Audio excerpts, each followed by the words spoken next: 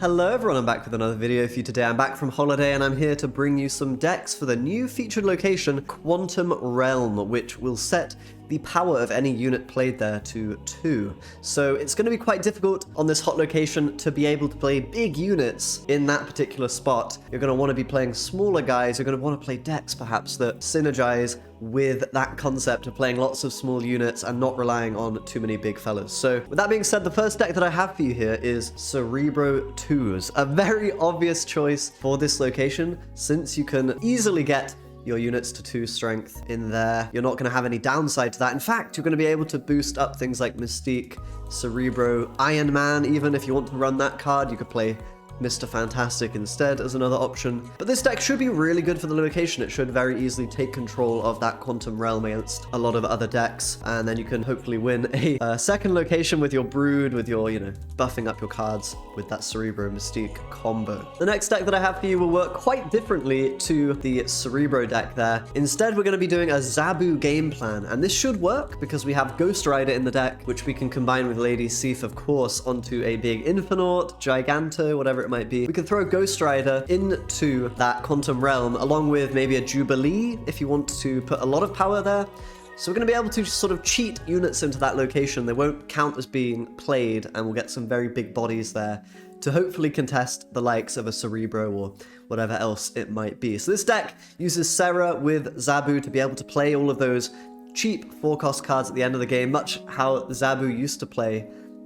Obviously not quite as strong because you do have to commit the Serra on turn 5 to get that value going. But this deck should be pretty cool for this feature location. Next up, a rather obvious choice. We've got THANOS Lockjaw. Of course, Lockjaw works very well with the feature location because your units that get pulled by it do not lose their base strength, so you can use that very nicely with the THANOS stones, which will in fact get buffed up. If you don't want to play Lockjaw in that location, you can always play a bunch of 2 strength stones, some with, maybe you play that Soul Stone, give the opponent's cards -1 power. You can maybe play a Blue Marvel, buff your guys up. You can do different things with THANOS, of course. You could even play Valkyrie THANOS if you want, something like that. But this deck should do just fine on that feature location. Speaking of Valkyrie, I have a pure sort of Valkyrie deck here for you, which relies a bit on Daredevil, Spider-Man, Professor X to win one location, and then using that Valkyrie to win another alongside sort of Ant-Man, Mojo, maybe the Wasp, something like that. You can also use Bast as a sort of backup option. If you maybe don't find the Valkyrie, then Bast can boost all of your units up, and you can potentially get a nice amount of strength with,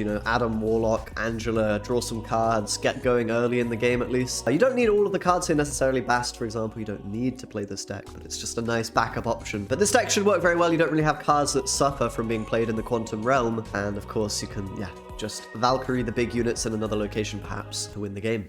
Next up, I have a normal Lockjaw deck for those of you perhaps that don't have THANOS but still want to do some Lockjaw stuff for this feature location. We have Bane's Lockjaw deck, which I've actually played on the channel already. There's a video there if you'd like to check that out. But the idea here is pretty straightforward. You just play that Lockjaw, you wait for the Lockjaw. It's a pretty important card in this deck.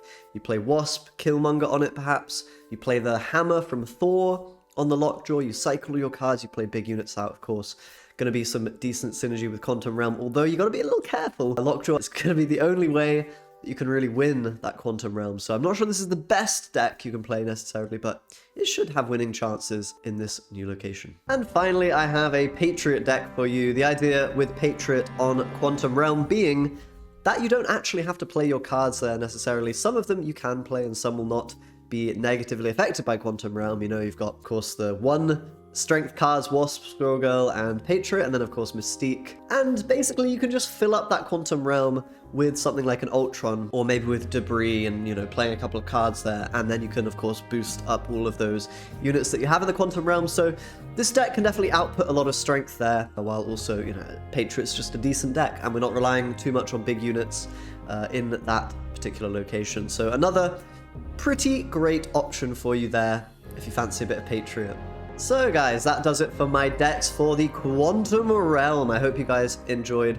Subscribe as always for more of these kind of videos and just Marvel Snap content in general. Check out a video on screen right now for more, and I'll see you next time. Bye-bye.